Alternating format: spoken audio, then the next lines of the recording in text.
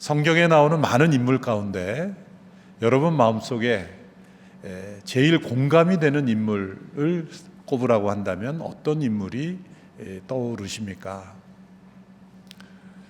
구약에 나오는 인물들을 생각하면 대부분 거리감이 느껴집니다. 하나님의 친구라고 불렸던 아브라함을 보면 초반부에는 믿음이 없어 흔들리는 모습을 보면 공감이 가다가 후반부에 가면 모리아산에서 하나님의 명령에 순종하여 그 아들을 제물로 바치는 순종을 보면 거리감이 느껴지기 시작합니다. 또 출애굽의 역사의 통로가 되고 광야 40년을 이끌었던 그 모세, 하나님의 말씀하신 대로 순종했던 그 모세의 여정을 봐도 거리감이 느껴집니다. 나는 모세와 나는 다른 그러한 차원의 사람이라는 생각을 하게 됩니다. 하나님의 마음에 합한 사람이다 이렇게 불렸던 다윗도 그렇습니다.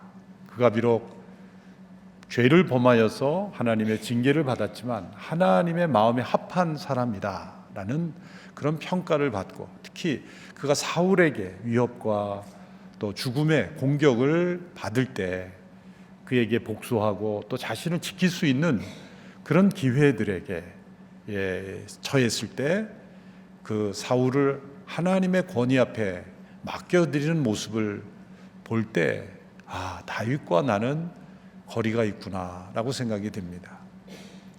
이방 땅에서 종으로 끌려가서 억울하게 옥살이를 하던 요셉이 자신을 거룩하게 지킨 유혹과 시험을 잘 이겨낸 모습을 봐서 거룩하고 순결한 요셉, 또 포로로 잡혀갔음에도 불구하고 담대하게 자신을 지켰던 다니엘, 풀무불에 던져지고 사자의 위협으로부터 건짐을 받는 그 다니엘의 모습을 보아도 저와는 거리가 있는 그러한 인물처럼 느껴집니다. 그런데 창세기에 나타난 야곱의 이야기를 읽어보면 어떻게 그렇게 공감이 되는지 모르겠습니다. 야곱의 이야기를 읽어보면 나의 이야기구나, 우리 가정의 이야기구나, 또 우리 주변에서 흔히 살펴볼 수 있는 그런 이야기임을 알게 됩니다. 야곱의 인생에서는 그렇게 뚜렷한 기적이라고 할 만한 일이 나타나지 않습니다. 도리어 인간의 죄성이, 아픔과 상처가 잘 드러납니다. 특별히 야곱의 가정은 깨어진 가정, 상처와 아픔이 얼룩진 가정이었기 때문에 더욱 그렇습니다. 겉으로 볼 때는 아무 문제 없는 것 같지만 그 야곱의 인성에 나타나는 그의 이기심, 그리고 그 야곱을 둘러싼 가족에게서 일어난 일들을 보면 건강한 가정이라고는 볼 수 없습니다. 왜냐하면 아버지 이삭은 에서를 사랑하였고 어머니 리브가는 야곱을 사랑하였습니다. 자녀이니까 사랑하는 것은 당연합니다. 그런데 편애하는 것이 문제죠. 아버지는 장남을, 어머니는 차남을 집중적으로 사랑했습니다. 아니, 다른 아들에게는 관심을 기울이지 않을 정도였습니다. 이삭이 에서를 특히 사랑한 것은 잘못된 사랑의 전형적인 모습이라고 볼 수 있습니다. 에서를 가리켜서 그가 본능적인, 동물적인 들로 사냥을 좋아했던 그런 사람이라고 표현합니다. 배고픔을 참지 못해서 자신의 장자권을 죽 한 그릇에 팔아 넘기는 그런 경솔한 인격이 왜 형성이 되었을까? 그것은 순간에 배고픔도 참지 못하는 매우 충동적인 인간이 되었다는 것입니다. 왜 에서가 사냥을 좋아하는 사람이 되었을까? 그것은 아버지의 편애로부터 기인한다고 해석할 수 있습니다. 이삭이 늘 에서가 사냥을 해 고기를 잡아오면 아버지의 인정을 받을 수 있었기 때문에 이삭, 아버지의 사랑을 늘 받기 원해서 그는 사냥을 좋아했다고 우리는 생각할 수 있습니다. 어느 것이 먼저냐, 그것은 중요하지 않습니다. 그 에서가 성장했을 때 아버지와의 올바른 관계 속에서 성장하지 못했기 때문에 그가 매우 감성적인, 동물적인, 본능적인 사람이 되었다는 것이 중요하죠. 그 대표적인 예가 이삭이 나이 들어서 에서를 불러서 내가 이제 나이 들어 얼마 살지 못할 것 같으니 사냥하여 고기를 가져오너라. 내가 너를 축복하고자 하노라. 그런 시간이 나오죠. 자, 이제 자신의 인생이 얼마 남지 않았다고 생각되는 그 숭고한 시간에, 그리고 자식을 축복하고자 하는 그 마음이 있다는 것은 중요한데 조건이 달려 있는 겁니다. 나를 위하여 사냥하여 고기를 잡아오너라. 그 한마디에 이삭은 그 이전에도 에서에게 여러 번 사냥하여 고기를 가져오면 그 아들을 더 사랑해주고 축복해줬다는 걸 알 수가 있습니다. 인생의 마지막 순간에 아들을 축복하는 기도도 고기를 먹어야 꼭 기도가 나옵니까? 이 한마디 속에 이삭은 아들을 사랑한 게 아니라 고기를 사랑한 것이 아닌가, 그런 의심을 우리는 지울 수가 없는 것입니다. 또 한편 리브가는 에서에 대한 관심이 없었고 야곱에게 집착하였다는 것을 알 수가 있습니다. 야곱은 조용하였다라는 표현이 나오지만 그것이 성품이 아주 안정되었다기보다도 교활했다. 다른 사람이 알지 못하는 그러한 어떤 은밀한, 내밀한 그러한 꾀가 많은 인간으로 성장했다는 것을 알 수가 있습니다. 여기에도 아버지의 무관심, 에서에 대한 아버지의 집착의 반동으로 인해서 아버지의 사랑을 받지 못했기 때문에 어머니에게 집중하였고, 또 어머니는 그 둘째 아들에게 집중함으로써 남편에게 받아야 될 사랑과 관심을 아들로부터 충족하려고 했던 것이죠. 그런 가정들을 가끔 봅니다. 남편으로부터 사랑을 받지 못할 때 아들이 남편의 대체적인 존재로서 생각을 하는 겁니다. 그래서 아들에게 집착하는 거죠. 그래서 많은 자녀들이 그 결혼 생활이 행복하지 않은 이유가 시어머니가 아들을 여전히 남편으로 생각하고 있어요. 그래서 며느리가 경쟁자예요. 심각한 경제자로 여기는 겁니다. 그래서 아들의 모든 일거수일투족을 여전히 어머니가 다 알아야 되고 지시한 대로 해야 되고, 그러니 그 며느리의 관계가 올바로 될 수 있겠습니까? 이렇게 야곱이 어머니의 편애 속에서 자람으로 인해서 도리어 있어야 될 남성성이 자라지 못하고 오히려 더 자신의 꾀가 많은 그런 인생으로 흘러버렸다는 것을 알 수가 있습니다. 또 리브가의 관점에서 보면 그 이삭이 에서에게 축복하고자 할 때 그 말을 남편으로부터 들은 것이 아니라 엿들었다는 걸 알 수가 있습니다. 그렇게 중요한 말을 남편으로부터 듣지 못하고 아들에게 말하는 것을 장막 뒤에서 엿들었습니다. 그러니까 요 한 사건을 보아서도 평소에도 부부간의 대화가 단절되었다는 걸 알 수가 있고, 이삭이 중요한 말을 아내와 먼저 의논하기 전에 상관없이 했던 것을 알 수가 있습니다. 그러니까 그 이전에도 늘 리브가는 이삭이 에서를 부르면 무슨 말을 하나 이렇게 뒤에 가서 엿들었다는 거죠. 이것이 옳지 않은 모습이죠. 부부간의 소통의 단절, 그리고 각기 다른 자녀를 편애하는 것, 이러한 원가정의 깨어짐 속에서 야곱이라는 한 인물에게서 우리는 이기적인 인간으로 성장했다는 것을 알 수가 있습니다. 그러나 이런 가정의 환경만의 문제는 아니죠. 보다 근본적인 원죄가 분명히 있습니다. 리브가가 쌍둥이를 잉태하였을 때 두 아이가 서로 싸웠다고 했습니다. 자연스러운 어떤 그 아기들의 움직임이라기보다 뭔가 그 싸우는 그러한, 그래서 하나님께서 리브가에게 계시를 주셔. 두 자녀가 내 태중에서 서로 싸우는데 큰 자가 어린 자를 섬기리라는 그런 충격적인 계시도 주셨어요. 근데 태어날 때 야곱이 형 에서의 발꿈치를 잡고 태어났죠. 그래서 발꿈치를 잡은 자라는 의미에서 야곱이라는 이름이 탄생한 겁니다. 왜 발꿈치를 잡았겠습니까? 본능적으로 태어날 때 나는 동생이 되지 않기를 원했다는 것 아니겠습니까? 발꿈치를 잡음으로써 나는 같이 태어났다. 우리는 형 아우 사이가 아니다. 라는 그런 본능이 숨어 있다고 볼 수 있어요. 이 원죄 속에 있는 이기적인 자기중심적인 그러한 죄가 다 있죠. 다윗이 고백한 대로 우리는 모두 죄악 중에 잉태된 존재이기 때문이죠. 그런데 그 깨어진 가정에서 자라나면서 그러한 원죄가 만일 가정 신앙교육이나 또 그 가정의 건강한 속에서 그 죄성이 점점 십자가로 치유되고 완화될 수가 있는 반면에 그 죄성을 더 키워주는 그런 가정의 토양일 수도 있다는 겁니다. 야곱의 경우가 그런 경우입니다. 그래서 그는 태어나서 형의 장자권을 가로챘죠. 형의 약점, 배고픔을 참지 못하는 것을 이용해서 장자권을 가로채고 또 아버지의 축복을 속여서 가로챘죠. 어머니가 거기에 한몫을 했죠. 에서가 받을 축복을 변장을 시켜서 그 에서가 털이 많은 것을 이용해서 양의 털로 분장을 시켜서 들여보내죠. 이삭을 보면 그 에서가 이제 털이 많은 걸 알고 확인해 보려고 하죠. 이상하죠.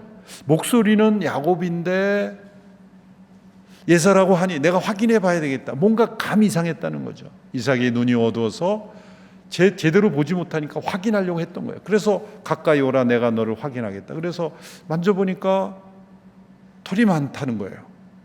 그래서 이상하다. 목소리는 야곱인데 몸은 에서라구나. 이런 바보 같은 아버지가 어디 있습니까? 사람 털과 염소 털도 구분하지 못하고, 목소리가 야곱이면 야곱이지, 목소리는 야곱인데 몸은 에서로구나. 이 이삭의 어두운 판단력이 부족한 것을 보여주는 겁니다. 그렇게 아버지를 속여서 축복을 가로채고 또 삼촌 라반에게 도망가서도 삼촌에게 속아서 두 아내가 되고 또 삼촌을 속여서 많은 재물을 얻어서 나오는 그런 야곱의 모습, 그 여정에 보면 읽으면 읽을수록 공감이 많이 됩니다. 아, 우리의 모습이구나. 우리의 깨어진 가정의 모습이고 내 안에 있는 이기적인 성품의 모습이 그대로 나타납니다. 그래서 야곱의 이야기를 읽으면 공감이 많이 됩니다. 32장에 이르러서 이제 그는 20여 년의 세월이 흘러서 다시 고향으로 돌아오고 있습니다. 하나님께서 그가 도망할 때 베델에서 나타나셨고 또 그는 하나님을 모르는 자는 아닙니다. 그래서 야곱이 삼촌 라반의 집에서 다시 돌아오도록 하나님께서 인도하셔서 돌아오고 있는 겁니다. 그러나 야곱의 마음은 두렵습니다. 32장 7절에 보면 야곱이 심히 두렵고 답답하여 자기와 함께한 동행자와 양과 소와 낙타를 두 떼로 나눴다 그랬습니다. 왜 두렵고 답답합니까? 메신저들을 먼저 보내서 정탐해 보니 에서가 400명의 군사를 이끌고 오고 있다고 확인되었기 때문입니다. 에서가 자신을 공격하려고 하는구나. 아직도 에서는 20년 전의 그 사건으로 인해 나에게 원한을 가지고 있구나 라는 생각에 두려움이 몰려온 겁니다. 심히 두렵고 답답하여 그 순간 야곱의 본능적인 꾀가 나타납니다. 그 반응이 뭡니까? 일단 두 때로 나누었다. 두 그룹으로 나눴다는 겁니다. 그것은 그 다음 구절에 이유가 나옵니다. 만일 에서가 한 그룹을 공격하면 다른 그룹이라도 무사할 수 있게 피해를 미니마이즈 하기 위해서 두 그룹으로 나눴다는 거예요. 그러니까 한 그룹은 더 앞서 보내고 그 앞서 그룹이 공격을 받게 되면 그 뒷 그룹은 그래도 도망할 시간을 벌자. 그래서 두 그룹으로 나눴다는 거예요. 그러면 더 에서 가까이 앞에 세운 그룹은 어떤 그룹이었겠습니까? 틀림없이 덜 사랑한 레아와 그의 자식들이고 그 뒤에 둔 그룹은 더 사랑하는 라헬과 그 자식들이었을 겁니다. 두 그룹으로 나눴어요. 그리고 그것으로도 불안해서 그는 예물을 가축 550마리를 준비했다고 말씀합니다. 근데 550마리도 한꺼번에 보내는 것이 아니라 여러 때로 나눴다 그랬어요. 이것도 야곱의 기가 막힌 꾀가 있는 거죠. 550마리를 한 번에 다 줬다가 안 받으면 자기 손해잖아요. 그러니까 여러 그룹으로 나눠서 10마리 정도 줘서 마음이 바뀌면 나머지는 안 줘도 되는 거 아니에요. 그래서 10마리 줘서 안 되면 또 몇십 마리 보내서 그것으로 충족되면 나머지는 자기 거잖아요. 어떻게 하면 적게 주고 효과를 발휘할까? 그래서 여러 그룹으로 나눈 거예요. 야곱다운 행동이죠. 그것도 성경에서는 예물로 점잖게 번역을 했지만 사실 이건 선물이 아니라 뇌물의 성격에 가까운 거죠.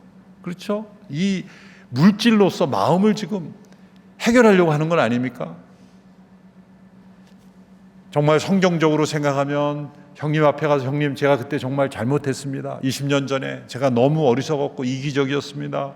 속인 거 죄송합니다. 가로챈 거 죄송합니다. 그리고 무릎 꿇고 사죄를 하고 용서하고 회복을 받고 그래야 될 것인데 이제 두 때로 나눠서 도망갈 준비를 하고 또 550마리를 가지고 마음을 어떻게 풀어볼까? 이것은 뇌물의 성격이죠. 선물과 뇌물의 차이를 여러분 인생 살아오면서 많이 알지 않습니까? 선물은 대가 없이 주고받는 것이죠. 뇌물은 대가가 있는 겁니다. 선물은 테이블 위에서 받는 게 선물이고 테이블 아래서 받는 게 뇌물이에요. 어떤 위치에 있어야만 받는 게 뇌물이고 그 위치에 상관없이 받을 수 있는 게 선물 아니겠습니까? 한국어적으로 표현하면 선물은 선뜻 주고받는 것이고 뇌물은 뇌를 굴리면서 주고받는 것이죠. 지금 야곱은 뇌를 굴리면서 지금 550마리를 인간적인 꾀죠. 거기에다가 야곱은 기도도 했습니다. 기도도 했어요. 그 하나님 모르는 사람이 아니에요. 그가 이렇게 기도합니다. 32장 11절 12절에 보면 내가 주께 간구하오니 내 형의 손에서 에서의 손에서 나를 건져내시옵소서. 내가 그를 두려워함은 그가 와서 나를 내 처자들을 칠까 겁이 나기 때문입니다. 야곱은 기도도 하는 사람이었어요. 그런데 그 앞에 그가 두 그룹으로 나누고 550마리를 뇌물로 준비하는 것을 보면 그는 전적으로 하나님을 의지하기보다는 자기 꾀를 가지고 준비도 하고 또 기도도 하는 거예요. 그래서 제가 기도도 한다는 말을 기억해 보십시오. 우리의 신앙 아닙니까? 우리도 어떤 문제를 부딪혔을 때 자기가 할 수 있는 모든 꾀를 다 써서 다 해보고 나서 안 되면 그때 기도도 합니다.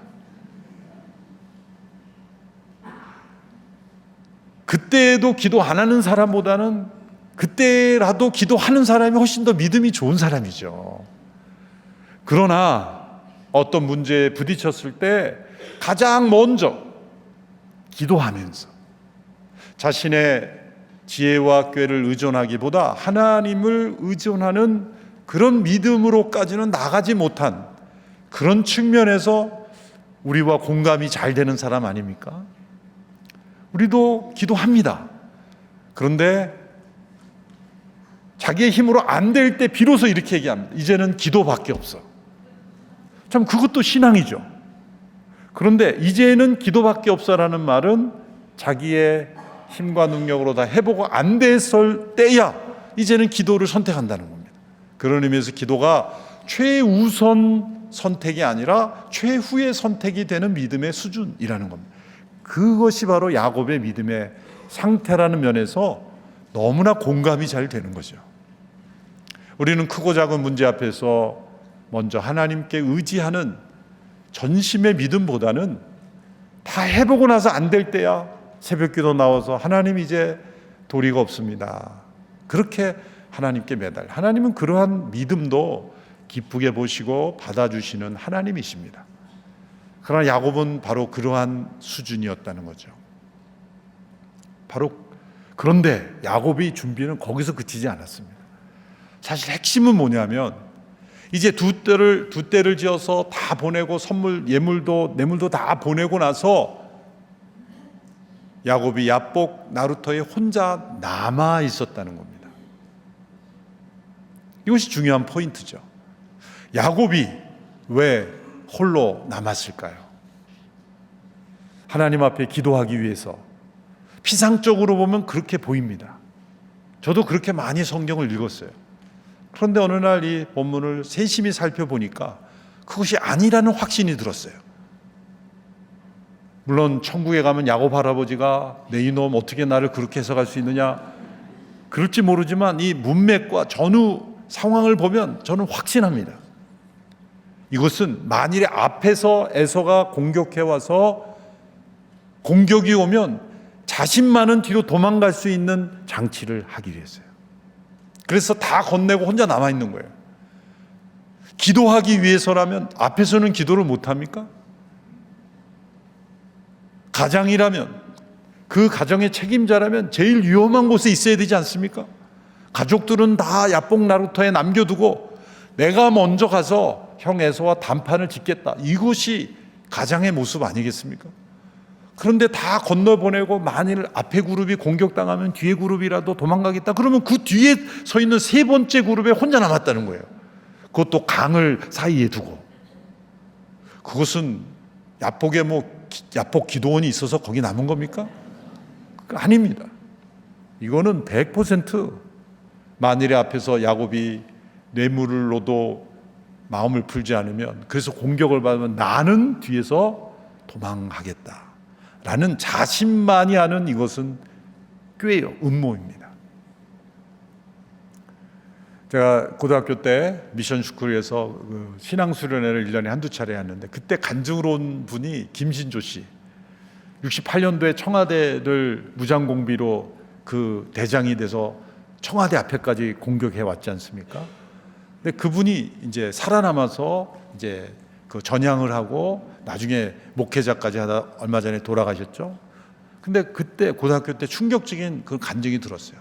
내가 얼마나 죄인인가를 설명하면서 자신은 경험이 많고 그러기 때문에 저 앞에 국군이 숨어 있다는 걸 알았다는 거예요. 부하들은 모르고.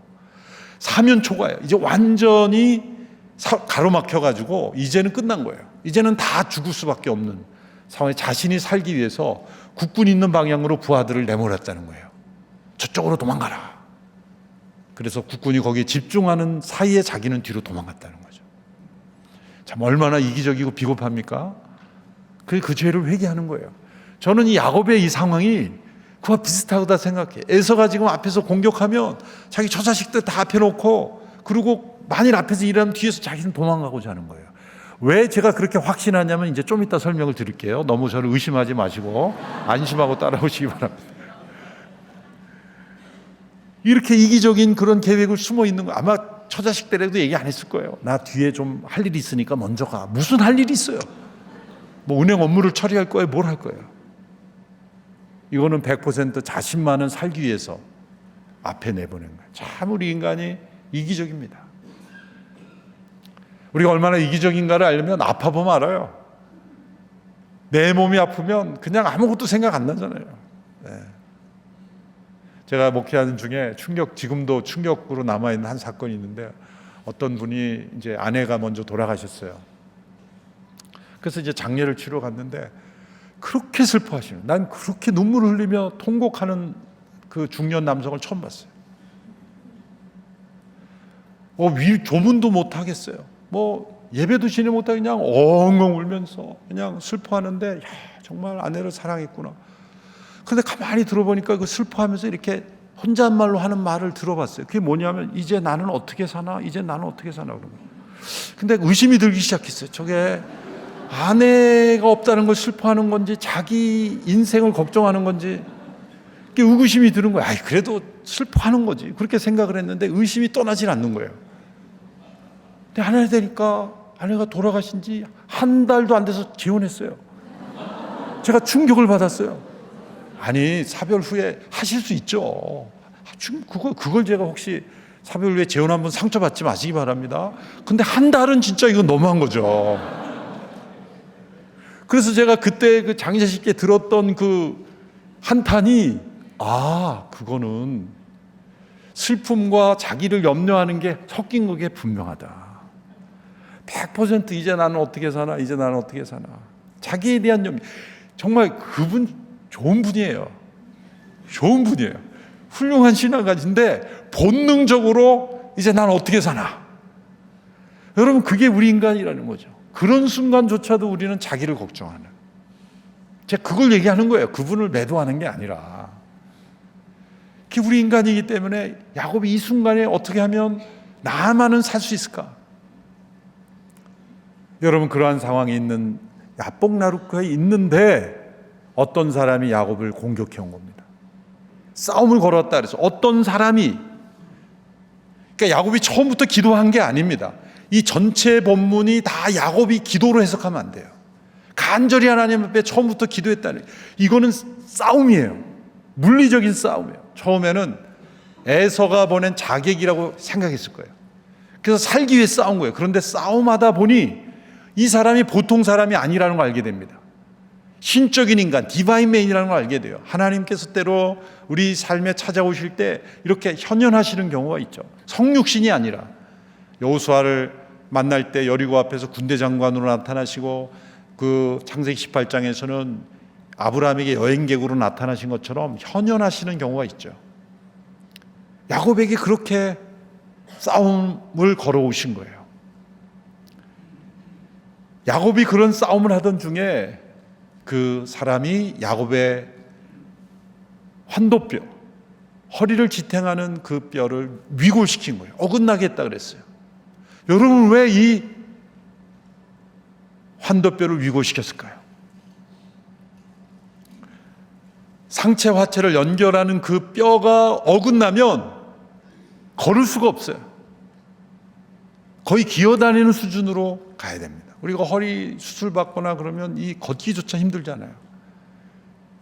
하나님께서 야곱을 도망 못 가게 치신 거죠.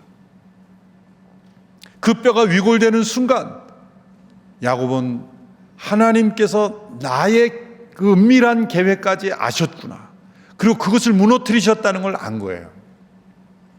이제 야곱은 자신의 모든 계획이 무너지고 버린 겁니다. 에서가 공격하면 당연히 오히려 앞에 있는 가족들은 도망갈 수 있어도 자기는 도망갈 수가 없어요. 너는 도망갈 수 없다. 그리고 너의 꾀를 의지하는 인생이 이제 끝내라. 그래서 환도뼈를 위고시킨 거예요. 그때부터 간절하게 당신이 나를 축복하지 않으면 당신을 보낼 수 없습니다. 라는 영적인 기도로 바뀌는 전환이 위골된 이후예요. 그전에는 물리적인 육체적인 싸움이었어요. 자신의 힘을 의지하는 싸움이었어요. 그런데 위골된 이후부터 간절히 하나님 앞에 매달리는 그러한 기도로 변화된 거예요. 야곱이 야복강에서 싸움을 했다는 말을 히브리어 발음으로 하면 야곱은 야코브입니다. 야복은 야보크, 싸웠다는 건 야베크. 야코브가 야보크에서 야베크했다. 이 문학적인 사운드 플레이도 있는, 이것은 연결이 되어 있다는 거예요. 발꿈치를 잡은 자, 움켜쥐는 자, 자신의 꾀를 의지하는 자, 다른 사람에게 어떠한 상처가 돼도 나만은 살아남으면 된다라는 이기적인 인생, 움켜쥐는 인생, 자신의 꾀를 의지하는 인생을 야곱이라는 이름이 표현해 주는 것이고, 야복강에 남아있는 이유도 그것이에요. 그런데 하나님이 그에게 야베크, 싸움을 걸어오신 것은 바로 그 야곱이라는 이름을 깨트려야 된다는 거죠. 그래서 환도뼈를 위고시킨 겁니다. 그리고 야곱은 하나님을 의지하는 인생으로 자신의 꾀가 무너지는 그 순간 이제는 기도도 하는 인생이 아니라 기도의 모든 것을 거는 인생으로 전환되었어요. 그때 이렇게 말하죠. 내 이름이 무엇이? 야곱입니다. 이제는 내 이름을 이스라엘이라 하라. 내가 하나님과 사람으로 겨루어 이겼다. 원문으로 보면 사실 이겼다는 말이 없어요. 세 단어로 구성이 되어 있어요. 이스라엘은 그 사람이라는 3인칭 대명사와 그리고 싸웠다라는 단어와 하나님, 엘이 하나님, 이스라엘, 엘이 하나님이죠. 왜 그것을 이겼다라고 해석을 합니까?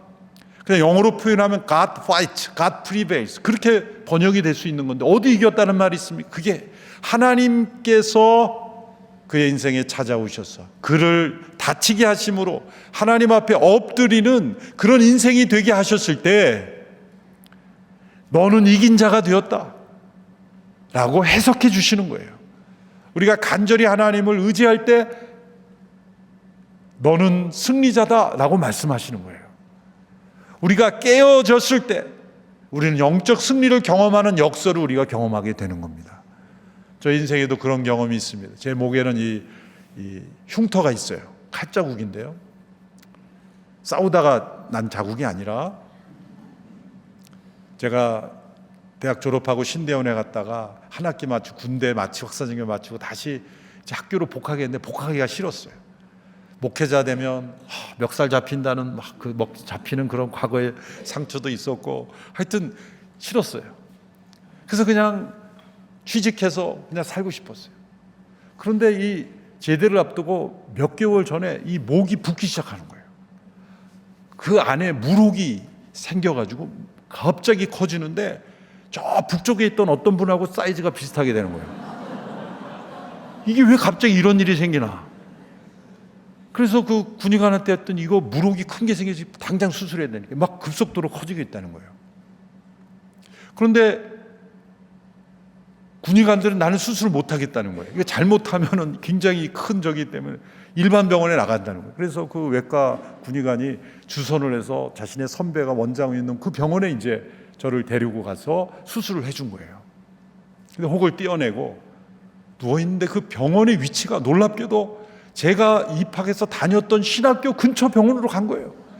대한민국에 그 많고 많은 병원에서 저를 그 신학교에서 한 학기 다닐 때 야식 먹으러 다녔던 그 거리에 있는 그 병원으로 데려간 거예요. 병원에 보름 동안 누워있으면서 나는 사람 머리가 그렇게 무거운지 몰랐어요. 이게 머리를 들고 일어나야 돼요. 저에게 있어서는 이 환도뼈가 위골된 사건이었어요. 나는 신학교 가기 원치 않습니다. 근데 하나님이 목을 쳐서 하나님 제가 손 들었습니다. 그래서 저는 항상 이쪽에 언제 칼이 날아올까 염려하고 있어요. 여러분에게 있어서도 환도뼈가 위골된 사건이 한 번쯤은 있었을 겁니다. 여러분이 깊게 하나님을 만났다면 깊은 하나님께서 여러분에게 싸움을 걸어오실 흔적이 있을 겁니다. 저는 한 번도 인생에 고난이 없습니다.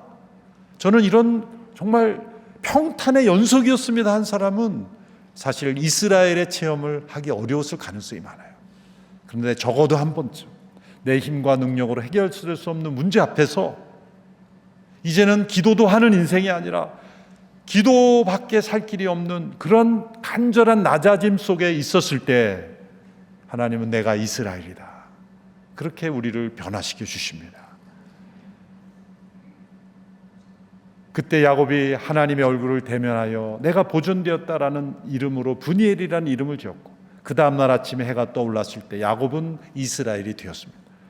우리의 모든 인생도 야곱이 이스라엘이 되는 그런 체험이 반드시 있어야 합니다. 각오해야 됩니다. 환도뼈가 한 번은 위골될 각오를 해야 돼요. 그러나 그것은 깨어짐은 영광스러운 깨어짐이요 상처입니다. 우리 하나님 앞에서 우리에게 찾아오시는 고난이 곧 축복이 되고 깨어짐이 영광이 될 수 있는 것, 그것은 우리가 야곱이 이스라엘이 되는 체험이 기다리고 있기 때문입니다. 여러분 힘으로 해결할 수 없는 에서를 만나야 하는 것 같은 두려움과 답답함에 있다면 우리의 모든 깨와 자신의 힘을 다 내려놓고 하나님의 축복이 아니면 나는 살 수 없습니다. 천부의 의지 없어서 손 들고 옵니다. 그렇게 간절히 두 손 들고 기도할 때 내가 이겼다. 너는 승리자다. 하나님께서 그렇게 평가해 주리라고 믿습니다.